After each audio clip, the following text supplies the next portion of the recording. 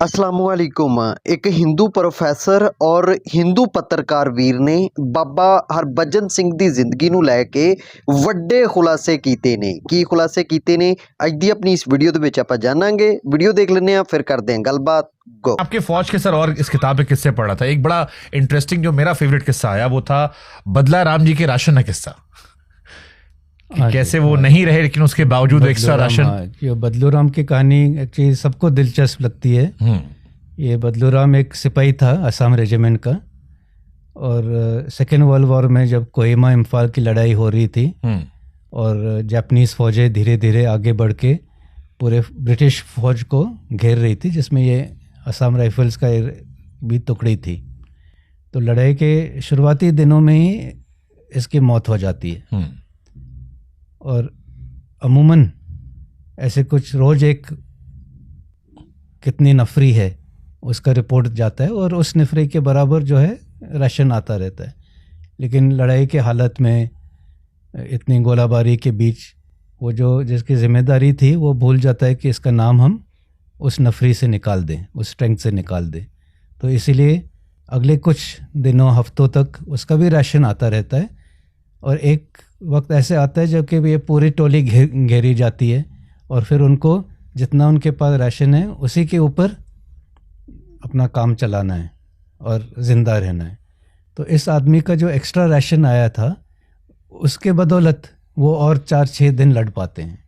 और इसके ऊपर फिर आगे जाके जब ये कहानी निकली तब एक ब्रिटिश अफसर ने एक गाना बनाया उसके ऊपर, बदलू राम जमीन के अंदर, कि बदलू राम का बदन।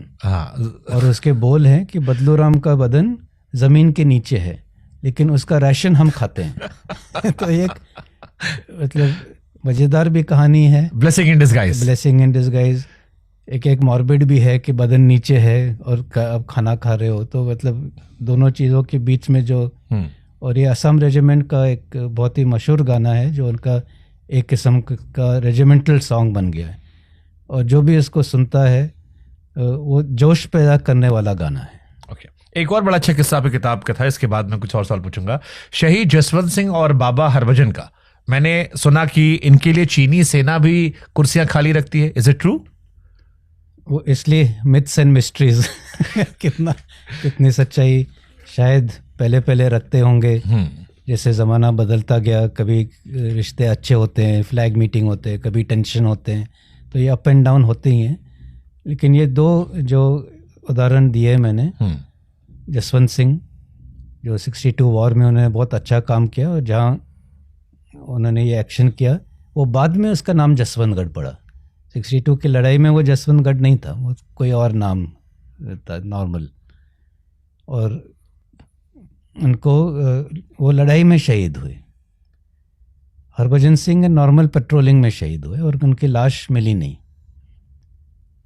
बाद में एक जवान को सपने में बाबा हरभजन आते हैं कि मेरी लाश जो है ऐसे ऐसे जगह में है, और जब वो फिर से तलाशी करते हैं तो वो उनको हरभजन की लाश मिलती है। तब से ये कहानी बनने लगी या ये विचार आने लगा कि अगर वो ऐसे सपने में आ सकता है तो वाकई वो बाबा होगा। तो ऐसे बाबा हरभजन, बाबा ही बिकेम बाबा। और मज़ेदार बात यह है कि बाबा हरभजन का बंकर वगैरह वैसे के वैसे रखा गया है इतने सालों के बाद, अभी भी स्टिल। लेकिन वो बंकर जो है वो काफ़ी ऊंचाई पे है, सिक्किम के हाई एल्टीट्यूड एरिया में, और वहाँ रोड से भी वो 50 कदम जाना वो आम टूरिस्ट वगैरह के लिए काफ़ी मुश्किल है।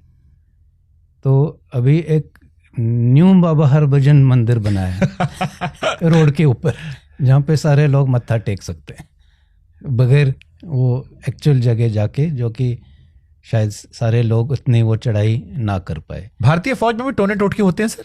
हाँ होते हैं। सबसे आपको इंटरेस्टिंग टोना टोटा कौन सा लगा?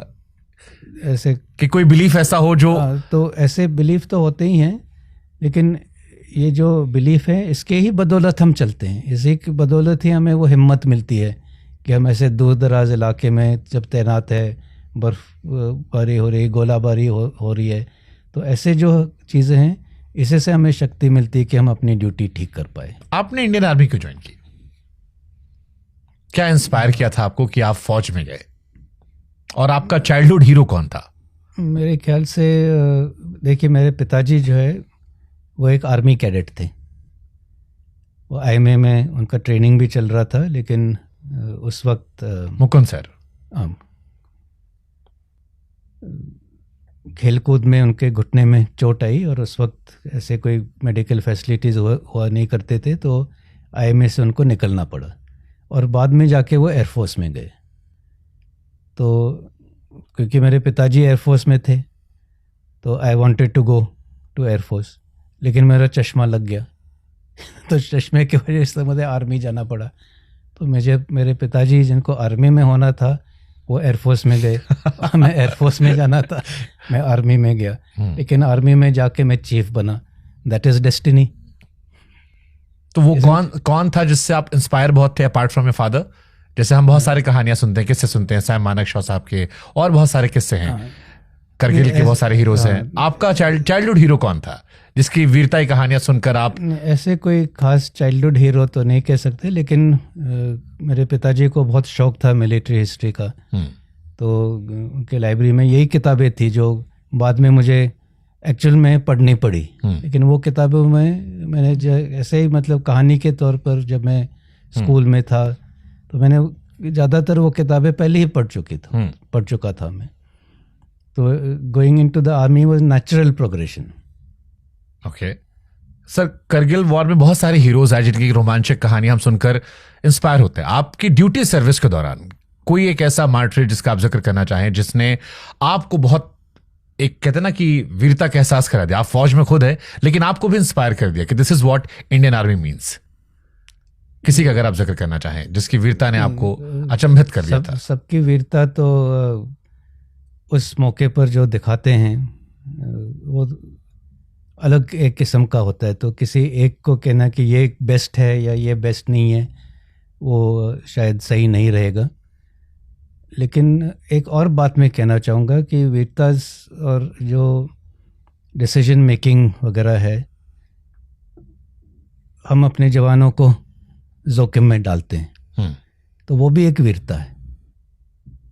कि मालूम है हमें कि जब हम ये ऑर्डर देंगे कि इनमें से कई लोग वापस नहीं आने वाले, तो ये बड़ा एक कठिन फैसला होता है, लेकिन फिर भी हमें वो लेना पड़ता है। तो एक है फिजिकल ब्रेवरी और एक है मॉरल करेज। तो दोनों जो है बहुत अहमियत रखते हैं। सर, आपकी किताब पढ़ते वक्त मुझे एक बड़ी रोचक चीज पता लगी। इस किताब में आपने चक दे फट्टे का बताया हमें। जी हाँ। मुझे लगता था ये कोई पंजाबी डायलॉग है। किताब पढ़कर मुझे पता लगा भाई ये तो रणनीति का हिस्सा है। जी हाँ। चक दे फट्टे, फट्टे उतारने का। तो ये एक तरह से मेरा भी फेवरेट चैप्टर है, क्योंकि मैं भी सिख लाइट इन्फेंट्री से हूँ, और चक दे फट्टे तो हम भी आमतौर पर कहते थे। लेकिन एक बार मुझे भी लगा कि ये क्यों कहते हैं, तो इसलिए मैंने भी इसके ऊपर सोच विचार करने लगा मैं, और फिर ये खुलासा हुआ कि तो एक तरफ से ये क्लासिफाइड आप कह सकते हो। खुलासा हुआ कि सारे चक दे फट्टे कहते हैं। मूवी भी बनी चक दे फट्टे, वो घोसला का घोसला में वो गाना भी है चक दे फट्टे। और अभी हम ऐसे ही एक दूसरे को उत्साह देने के लिए भी कहते हैं चाहे चक दे फट्टे। हाँ। लेकिन जैसे आप कह रहे थे कि और सारे कहानियाँ जो इस किताब में, इन सभी का जो जड़ है वो सैन्य इतिहास में, मिलिट्री हिस्ट्री में। तो जब मुगलों और सिख के बीच में लड़ाई होती थी तो सिख घोड़े सवार मुगल के कैंप पर अटैक करते थे, और क्योंकि मुगल आर्मी ज़्यादा बड़ी थी तो उनके जो है छोटे छोटे रेड होते थे, और वो रेड करके वो फिर निकल जाते थे। लेकिन वापस जाते वक्त मुगलों ने जो पुल बनाए थे, क्योंकि उनको बड़े पुल चाहिए थे अपनी बड़ी फौज ले जाने के लिए, तो उन लकड़ी के पुल के फट्टे निकाल देते थे ताकि वो मुगल उनका पीछा ना कर सके।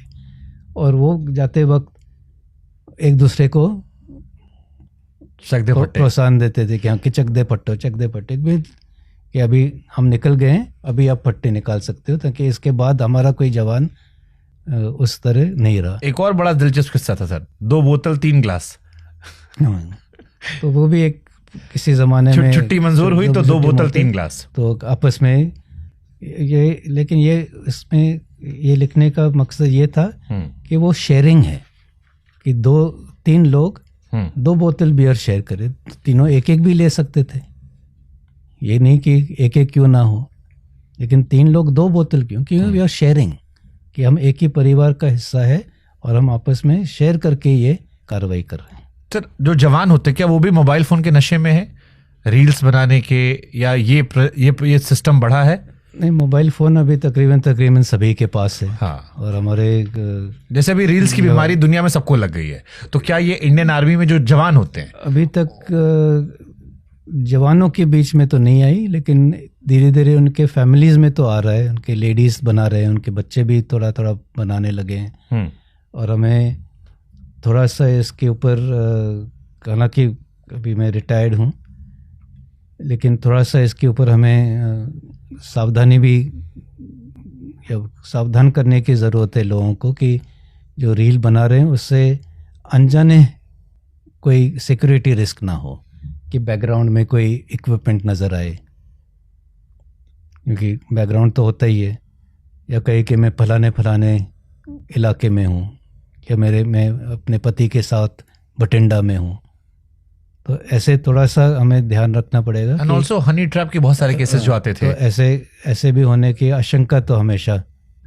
ਵੀਡੀਓ ਦੇਖਣ ਤੋਂ ਬਾਅਦ ਮੈਂ ਹੈਰਾਨ ਤੇ ਪਰੇਸ਼ਾਨ ਹੋ ਗਿਆ ਹਾਂ। ਇੱਕ ਸਿੱਖ ਫੌਜੀ ਜਿਹੜਾ ਸ਼ਹੀਦ ਹੋਣ ਤੋਂ ਬਾਅਦ ਵੀ ਡਿਊਟੀ ਕਰ ਰਿਹਾ ਹੈ, ਔਰ ਚਾਈਨਾ ਦੀ ਜਿਹੜੀ ਆਰਮੀ ਹੈ, ਜਿਹੜੀ ਚਾਈਨਾ ਦੀ ਫੌਜ ਹੈ, ਉਸ ਸਿੱਖ ਫੌਜੀ ਕੋਲੋਂ ਬਹੁਤ ਜ਼ਿਆਦਾ ਡਰਦੀ ਹੈ। ਦੇਖੋ ਜੀ, ਅੱਜ ਵੀ ਬਾਬਾ ਹਰਭਜਨ ਸਿੰਘ ਸਰਹੱਦਾਂ ਦੇ ਉੱਤੇ ਹਿਫਾਜ਼ਤ ਵਾਸਤੇ ਮੌਜੂਦ ਹੈ। ਅੱਜ ਵੀ ਕੁਝ ਲੋਕਾਂ ਨੇ ਬਾਬਾ ਹਰਭਜਨ ਸਿੰਘ ਨੂੰ ਬਾਰਡਰ ਦੇ ਉੱਤੇ ਦੇਖਿਆ ਹੈ, ਔਰ ਇਹ ਬਹੁਤ ਹੀ ਹੈਰਾਨਕੁਨ ਗੱਲ ਹੈ। ਅੱਜ ਤੋਂ ਪਹਿਲਾਂ ਮੈਂ ਇੰਜ ਦਾ ਕੋਈ ਵੀ ਵਾਕਿਆ ਦੇਖਿਆ ਜਾਂ ਸੁਣਿਆ ਨਹੀਂ ਹੈ, ਲੇਕਿਨ ਅੱਜ ਵੀ ਚੜ੍ਹਦੇ ਪੰਜਾਬ ਦੇ ਵਿੱਚ ਬਾਬਾ ਹਰਭਜਨ ਸਿੰਘ ਦੀ ਇਸ ਕਰਾਮਤ ਨੂੰ ਲੈ ਕੇ ਬਹੁਤ ਜ਼ਿਆਦਾ ਚਰਚੇ ਕੀਤੇ ਜਾ ਰਹੇ ਨੇ। ਬਾਕੀ ਇਸ ਵੀਡੀਓ ਨੂੰ ਦੇਖਣ ਤੋਂ ਬਾਅਦ ਵਿੱਚ ਆਪ ਜੀ ਦਾ ਕੀ ਕਹਿਣਾ ਹੈ, ਆਪ ਜੀ ਦੀ ਕੀ ਰਾਏ ਹੈ, ਆਪ ਜੀ ਨੇ ਮੈਨੂੰ ਕਮੈਂਟ ਦੇ ਵਿੱਚ ਲਾਜ਼ਮੀ ਦੱਸਣਾ। ਤੇ ਇਸ ਮੇਰੀ ਅੱਜ ਦੀ ਵੀਡੀਓ ਮਿਲਦੇ ਆਪਾਂ ਨੈਕਸਟ ਵੀਡੀਓ ਦੇ ਵਿੱਚ। ਉਦ ਤੱਕ ਮੈਨੂੰ ਦਿਓ ਇਜਾਜ਼ਤ, ਰੱਬ ਰਾਖਾ।